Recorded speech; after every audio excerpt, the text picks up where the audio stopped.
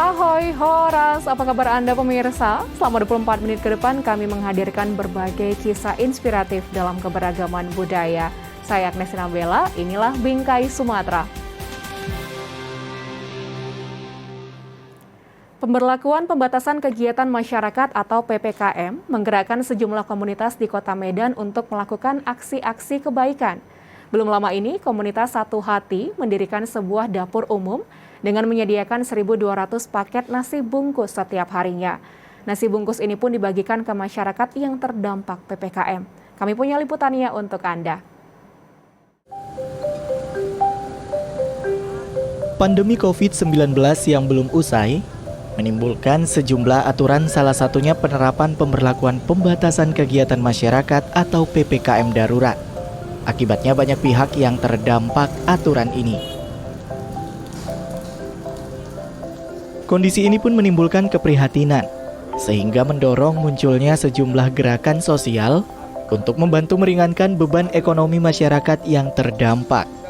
Salah satunya adalah mereka yang tergabung dalam komunitas Satu Hati. Komunitas yang bergerak dalam kegiatan sosial ini mendirikan sebuah dapur umum di Komplek Asia Mega Mas Medan. Kegiatan dari komunitas Satu Hati ini selalu berbuat sosial. Karena kami berdiri di komunitas ini beragam suku, agama, dan kami tidak pernah membedakan semuanya itu. Yang penting berdiri Satu Hati untuk bergerak di bidang sosial. Yang kita terpikiri pas PPKM darurat untuk Kota Medan, karena kami bergerak di bidang sosial, langsung inisiatif untuk membuat suatu kemasan yang dinamakan dapur umum peduli dampak dari PPKN ini. Tujuannya supaya bagaimana masyarakat itu tidak resah dan tidak panik. Karena mungkin ya beberapa toko yang tutup itu dampaknya karyawan kan banyak. Yang kita buat ini hanya sebagian kecil saja untuk supaya mereka tidak lapar. Setiap hari dapur umum milik komunitas Satu Hati ini menyediakan 1.200 paket nasi bungkus. Paket nasi bungkus ini kemudian dibagikan kepada orang-orang yang terdampak penerapan PPKM. Agar tidak menimbulkan kerumunan, biasanya 1.000 paket nasi bungkus diserahkan ke pihak gugus tugas COVID-19 yang kemudian dibagikan ke panti-panti dan kecamatan-kecamatan yang ada di Kota Medan. Sementara 200 paket nasi bungkus yang tersisa dibagikan secara langsung ke pedagang, pengayuh becak, pengemudi ojek online, petugas parkir, dan lainnya. Kegiatan berbagi ini tentunya sangat membantu dan penuh manfaat bagi masyarakat kecil yang terdampak penerapan PPKM darurat dan PPKM level 4 ini. Salah satunya Doni, pria berusia 57 tahun yang sehari-harinya menjadi pedagang keliling ini, merasa sangat senang dan bersyukur dengan adanya kegiatan berbagi seperti ini. Baginya, ini sangat membantu orang-orang yang bekerja harian seperti dirinya. Kalau aku tahu dapur umum ini sungguh sangat membantu masyarakat yang miskin ataupun yang nggak mampu lah. Harapan kami kalau bisa dapur umum ini, kalau bisa ditaruh lagi seperti kayak gini, kalau untuk membantu rakyat, untuk para pedagang juga kan, untuk yang pokoknya kalau bisa sangat membantulah dapur umum ini. Dengan semakin banyaknya orang-orang dan komunitas yang bergerak dalam misi kemanusiaan ini, diharapkan dapat membantu dan meringankan beban saudara-saudara kita yang terdampak COVID-19.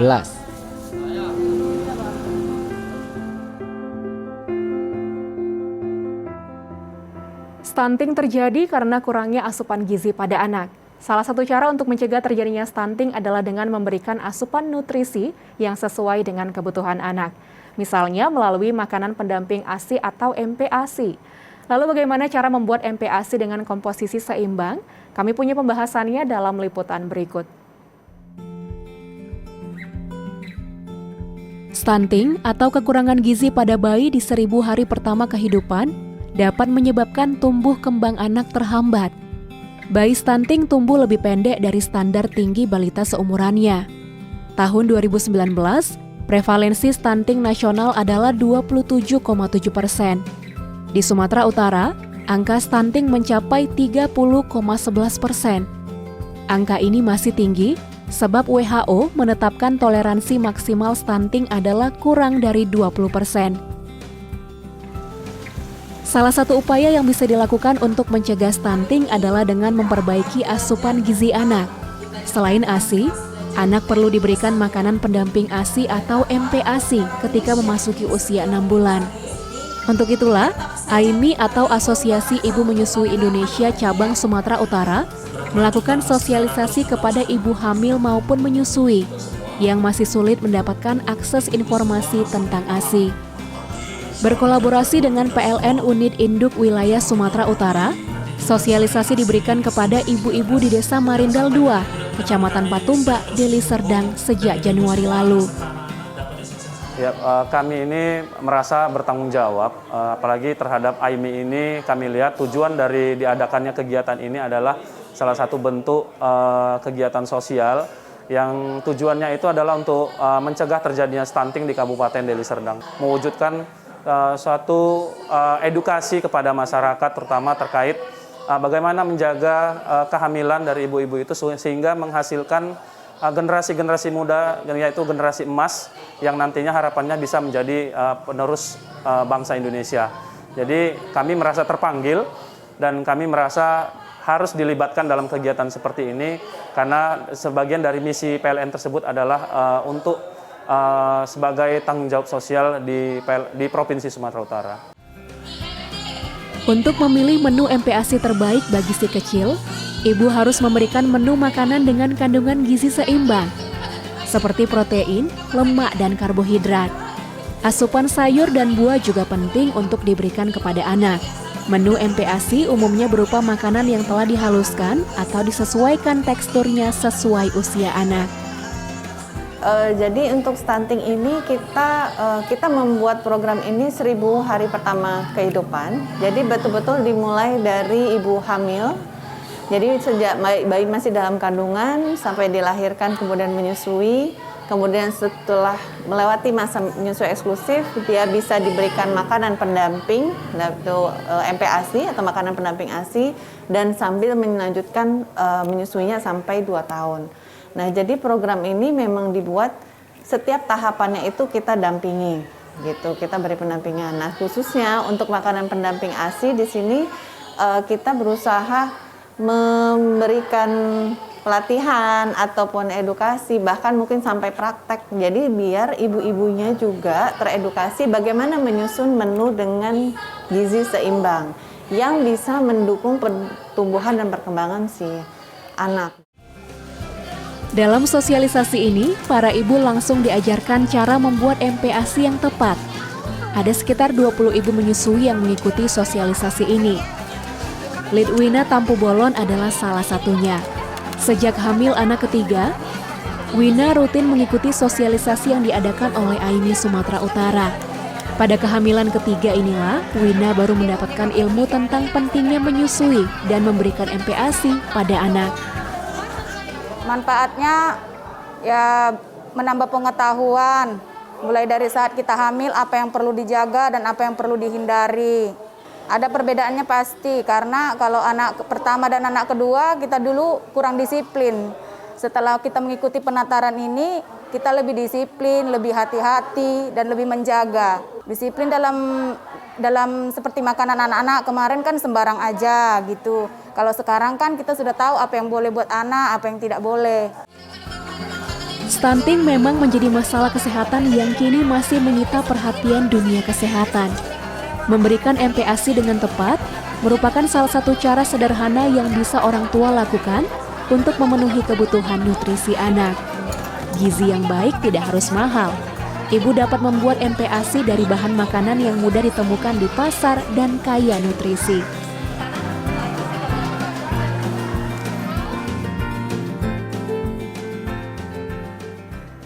Hutan adalah paru-paru dunia. Tanpa hutan, tentu kehidupan manusia di dalamnya tidak dapat berlangsung.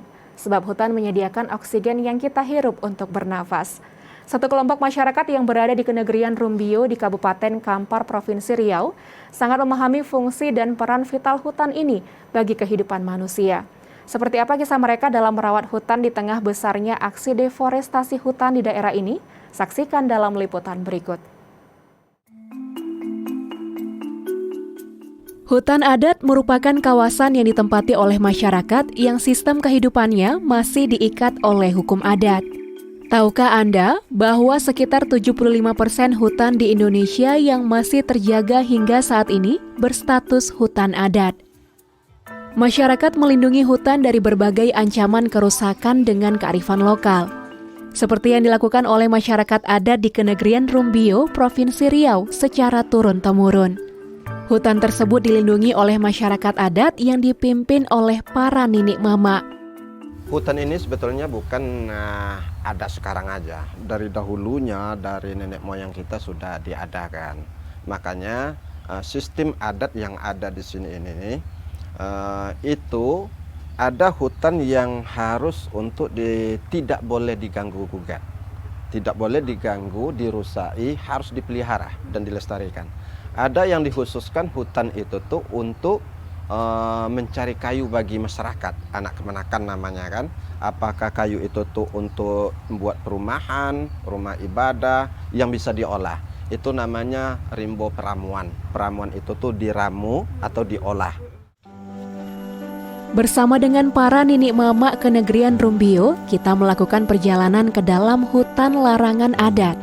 Berdasarkan fungsinya, hutan ini terbagi menjadi 2 zona, yaitu zona larangan dan zona pemanfaatan. Hanya zona pemanfaatanlah yang bisa dijelajahi. Sementara zona larangan benar-benar tidak terjamah oleh manusia, kecuali oleh kepentingan yang sangat khusus. Hutan seluas 500 hektar ini terbentang dari barat hingga ke timur, mencakup wilayah Kenegrian yang meliputi 4 desa. Secara khusus, hutan ini dipetakan menjadi sejumlah bagian yang lebih kecil, yaitu zona Cubodak Mangkaga, Tanjung Kulim, Halaman Kuyang, Sialang Layang, Gimbo Potai, Kalamutung, dan kota Negago dan Panogan yang merupakan zona pemanfaatan. Vegetasi hutan yang masih terjaga memiliki pepohonan berukuran sangat besar. Hal ini menandakan bahwa ekosistem hutan di zona pemanfaatan masih terlindungi dengan baik. Pepohonan yang mendominasi di sini adalah pohon kempas, pohon keranji, pasak bumi, cempedak, kayu balam, gaharu, dan kelat lapis yang berukuran sangat besar ini, pemirsa. Masyarakat yang berada di sekitar hutan larangan adat Rumbio menerima banyak sekali manfaat dari hutan. Salah satu desa penerima manfaat tersebut adalah Desa Rumbio. Desa ini merupakan desa induk dari Kenegrian Rumbio yang telah mampu mandiri memenuhi kebutuhan air rumah tangga masyarakatnya. Tentang hutan larangan adat, memang hutan ini merupakan suatu wilayah yang di bawah kekuasaan nenek mama ataupun pucuk adat Kenegrian Rumbio. Jadi hutan ini membentang seluas lebih kurang 500 hektar itu melalui beberapa wilayah pemerintah desa yang sebagaimana saya katakan tadi sudah dimekarkan beberapa waktu yang lalu. Nah, pada saat ini hutan ini memang merupakan suatu yang sangat penting bagi kita, terutama sebagai sumber kehidupan kita, karena dengan adanya hutan inilah kita bisa merasakan leganya kita bernafas di pagi hari sebagai sumber oksigen. Mungkin ketika hutan ini tidak ada, tidak kita jaga, ya mungkin bisa saja terjadi banjir. Kawasan hutan larangan adat Rumbio memiliki banyak sumber mata air yang membuat masyarakatnya mampu untuk swasembada air bersih. Saat ini sudah ada 6 bak penampung yang dibangun oleh pemerintah desa di kawasan hulu dan mengalirkan airnya ke pemukiman masyarakat. Sistem penyaluran air dari kaki bukit hutan ini dilakukan dengan teknik gravitasi. Yang pertama sekali dilakukan adalah mencari titik-titik mata air, Lalu kemudian dibuat saluran kecil yang akan mengalirkan air ke saluran yang lebih besar. Setelah itu, air ditampung ke dalam bak penampung yang siap mengalirkan air ke pemukiman yang berada di dataran yang lebih rendah. Perjalanan berlanjut ke lokasi pembangunan bak penampung yang mulai rampung. Dari lokasi ini, air ditarik sepanjang 2 km ke pemukiman masyarakat. Air dari kawasan hutan Rumbio sangat jernih, sehingga masyarakat dapat langsung meminumnya tanpa perlu dimasak lebih dulu. Manfaat yang diberikan hutan kepada manusia sungguhlah tak ternilai. Hutan larangan adat Rumbio ibarat oasis di tengah ekspansi perkebunan kelapa sawit. Sistem adat, peran para ninik mama di kenegrian Rumbio sangatlah penting dalam mempertahankan populasi hutan di Indonesia yang kian hari kian menipis. Mancai makan wa angsa banagi lulu adalah. Pemirsa, guna mendukung hak penyandang disabilitas atas kesempatan mendapatkan nafkah dan lingkungan kerja yang inklusif, sejumlah perusahaan di Kota Medan pun turut membuka lapangan pekerjaan bagi para penyandang disabilitas. Seperti apa kisah mereka? Berikut liputannya dalam segmen Sekitar Kita.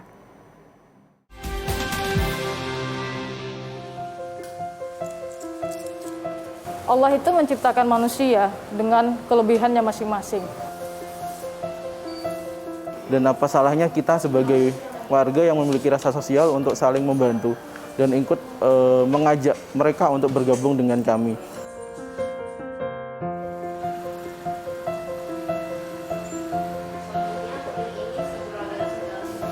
Undang-Undang Nomor 8 Tahun 2016 Pasal 11 menyebutkan bahwa penyandang disabilitas berhak mendapat penempatan kerja yang adil, proporsional, dan bermartabat, memperoleh kesempatan dalam mengembangkan jenjang karir, serta segala hak normatif yang melekat di dalamnya. Tidak hanya pemerintah, sebagian perusahaan swasta telah menerapkan undang-undang ini. Salah satunya perusahaan yang bergerak di bidang perawatan kulit di Kota Medan ini. Perusahaan swasta ini mempekerjakan Andrianto, seorang penyandang disabilitas tunarungu sekaligus tunawicara sejak bulan Februari lalu di salah satu cabang klinik kecantikannya. Andrianto mendapat kesempatan yang sama dengan pegawai lainnya. Orang-orang di sekitarnya juga ramah dalam bekerja sama, mendukung, maupun meminta bantuan padanya. Dengan adanya kesempatan kerja bagi penyandang disabilitas seperti Andrianto, diharapkan para penyandang disabilitas dapat tumbuh, berkembang, serta menunjukkan kemampuannya. Karena kita menganggapnya gini, semua orang sama dan semua orang memiliki hak dan istilahnya kesempatan yang sama. Dan mereka pun juga memiliki kualitas yang sama.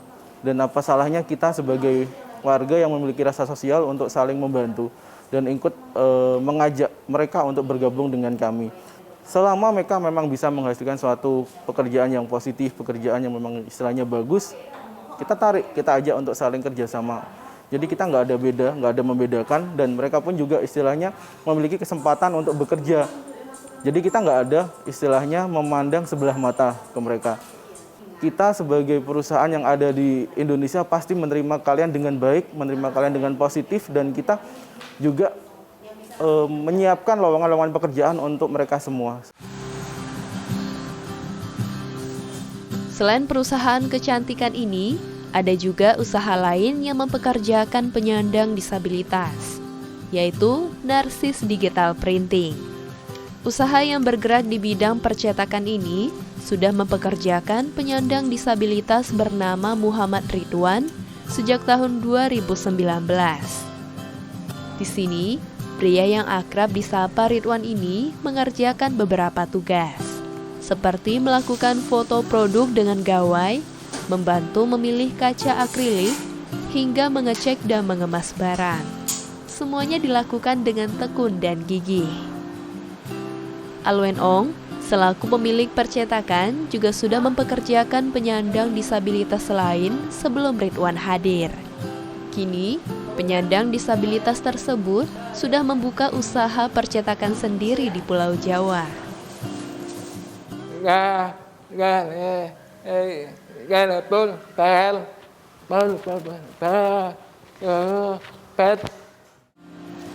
Bagi Alwen, penyandang disabilitas seperti Ridwan bukanlah orang asing, melainkan sudah seperti sahabat bagi narsis digital printing. Bang Ridwan ini orangnya rapi, teliti, dan cekatan. Ya, kalau boleh saya katakan nggak bisa diem. Jadi kalau lihat ada sesuatu yang masih berserak gitu, jadi dia cepat. Nah, sedangkan dari kami, dia kan datang ke kita itu memang skillnya minim. Nah, dengan kemampuan dia itu, kita ngelihat dia bisa di-upgrade nih. Makanya kita push beliau untuk belajar sablon. Karena sablon itu butuh ketelitian dan kerapian. Saat ini bersama rekan-rekan lainnya, Ridwan juga diikutkan dalam pelatihan menyablon baju yang berlangsung di Kecamatan Medan Denai, Kota Medan. Diharapkan selepas dari pelatihan ini, Ridwan dapat membagikan keterampilannya kepada teman-teman penyandang disabilitas lainnya lewat program Narsis Care.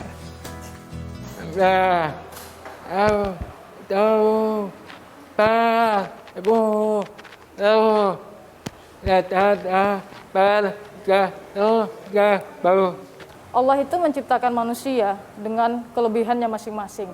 Jadi tinggal kita aja ngelihat tim kita ini punya kelebihan apa nih. Dan bagi kami itu menyatakan bahwa mereka adalah sahabat yang istimewa. Nah, di antara ujian, tapi di sisi lain mereka juga punya semangat hidup yang tinggi. Jadi tinggal kita saja bagaimana memberi ruang untuk teman-teman ini. Mengutip sebuah kata perenungan Master Cheng Yen, jangan menganggap remeh diri sendiri, karena setiap orang memiliki kemampuan yang tak terbatas. Begitu pula dengan penyandang disabilitas. Mereka sama-sama memiliki potensi dan kelebihan yang luar biasa dalam bekerja dan mengembangkan diri. Karena itu, mari saling berkolaborasi untuk mewujudkan lingkungan kerja yang inklusif untuk kemajuan dan kesejahteraan kita bersama.